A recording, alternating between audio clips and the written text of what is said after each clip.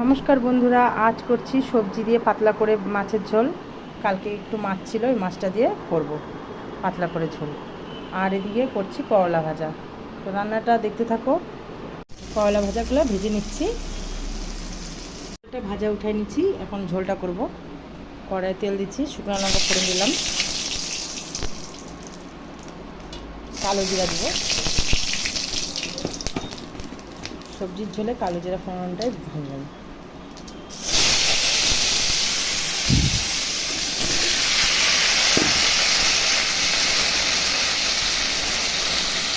লবণ দিয়ে দেবো,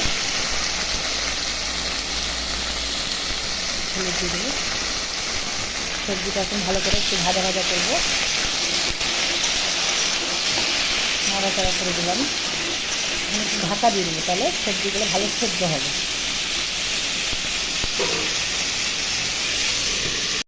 এই সবজির ঝোলটা আমার ছোটো মেয়েকেও খাওয়াবো, তো তার জন্য একদম ঝাল কম দেবো। তো 3টা কাঁচা লঙ্কা, একটু আদা, একটু জিরা বেটে নিচ্ছি।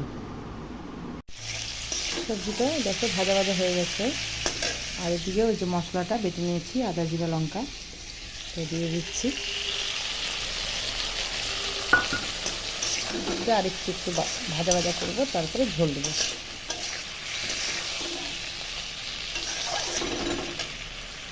মশলা দিয়ে ভাজা ভাজা হয়ে গেছে, এখন ঝোল দেবো। ঝোলটা ফুটুক, তারপরে মাছগুলো দিচ্ছি। মাছের ঝোলটা ফুটে গেছে, এখন মাছগুলো দিয়ে দিচ্ছি।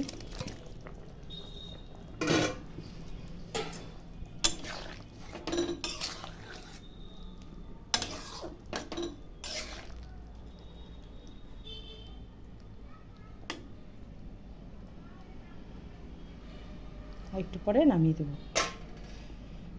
দেখো আমার সবজির ঝোলটা হয়ে গেছে, কয়েকটা কাঁচা লঙ্কা চিড়ে দিয়েছি। আমার ঝোলটা এখন নামিয়ে নিচ্ছি। তৈরি হয়ে গেল আমার মাছের ঝোল সবজি দিয়ে